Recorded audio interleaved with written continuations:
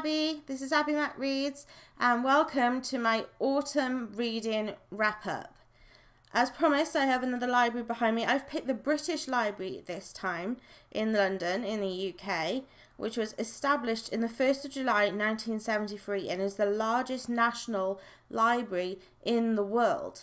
The fact I loved most about it is it holds manuscripts and items dating back as far back as 2000 BC, and I think that's amazing. I go to London all the time and I've never been here, and I have to go the next time I go just to try and see if I can spot anything exciting.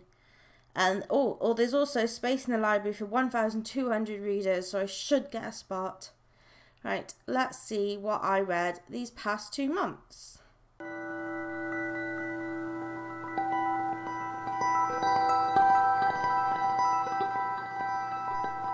The first book I completed this autumn was The Bone Witch by Rin Shupeko. I hope I'm pronouncing that right. It is basically about a young girl called Taya who, at her brother's funeral, accidentally rises him from the dead, much to the surprise of everyone else. And it is found that she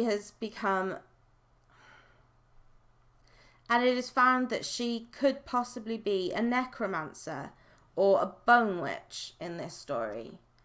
She gets taken under the wing of an advisor and taken to a special Asher training course in which they're taught to do spells, but not just spells, because they're not just magical beings, these Ashers.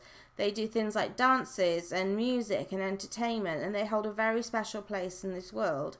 However, there's a war going on, and there are these really scary monsters called the Ankar, which you really have to worry about.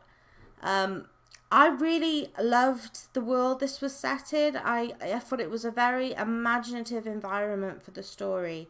Although I did get very, very confused a lot by the amount of names, characters, names for places, names for spells, and incantations.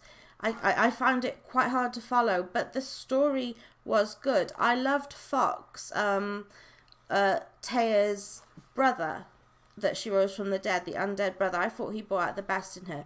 But there is one character in here called Mistress Parmina, who is the head bitch in charge, and she absolutely rocks.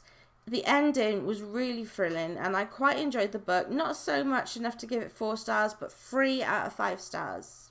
The next book I read this autumn was a buddy read with Alex Black. I'll link her channel down below. It's Neverworld Wake by Marisha Pestle. And this was an amazing read. I loved this. It's a group of kids. They get together. Their old friend has died mysteriously, and it's been ruled a suicide, but some people are not so sure. They meet up. They go to a gig. They are driving home, slightly intoxicated, and narrowly miss a car incident. They get back to the richest friend's house that they're all staying in, and there's a knock at the door, and an old man is behind it, telling them all that they are now dead. They're all dead, and now they're in the Neverworld Wake. And the only way they can get out of this wake is to take a vote every day to decide which one of them gets to live and go back to the real world. And until they can decide that, they will just live that same day over and over and over again. It's like Groundhog Day, but there's like no repetitiveness, and it's just so fantastical and creative. It was an amazing story that went off on so many different tangents, but it was still really easy to follow. It's kind of like part fantasy, part mystery, and it will keep you guessing into the end. It's got so many twists and turns. I gave this book 5 out of 5 stars. I loved it. The third book I read this autumn is Strange the Dreamer by Laini Taylor. I know this is very hyped on BookTube. If you don't know what it's about, you're probably the only one in the world that doesn't. But it is about young Laszlo Strange, who dreams of this city called Weep. He's obsessed with it. He works in this library. He knows so much information about anything. He reads book after book after book. And then a convoy arrives in his small town, and he has the chance to actually go to Weep on a mission with them. They get to the city of Weep, and there's this citadel high up in the sky, blocking their sunlight, and they don't know, but there are actual children of gods inside, each with their own lives and powers. And the two opposing sides of this kind of counteract against each other constantly, and it might lead to devastating consequences. Now, while this book was really slow-paced and not quite very gripping, the writing was absolutely beautiful, and I really found it very relaxing to read. I loved all the characters. They all had a part to play. And I definitely love Laszlo. You just root for him all the way. And I gave this book 4 out of 5 stars. The next book I read was also a buddy read with my good friend Celeste, Dan Brown, The Davinci Code. I know it's kind of an old book by now, but I love Dan Brown books, and this one is my favourite. If you don't know what it's about, it's a kind of, a special man in art and religion has been murdered in the Louvre in Paris. Landon somehow becomes the suspect of this murder, and along with the man's granddaughter, they kind of race around looking for clues that are hidden, some in the museum, some that they have to find, because this man knew his demise might have been coming and has left them clues, and it leads to shocking revelations. It is so clever and fast-paced with like revelations that will just like make you like gasp out loud. You learn so much about like cool things about art and religious history, and the chemistry between Landon and Sophie, the granddaughter, really complements this kind of international escapade that they go on. And I do recommend, if you do like Dan Brown books and you for some reason you haven't read The Davinci Code, then I do recommend you do, and I give it 4 out of 5 stars. My next book I read in autumn was Tombland by c.j.sansom.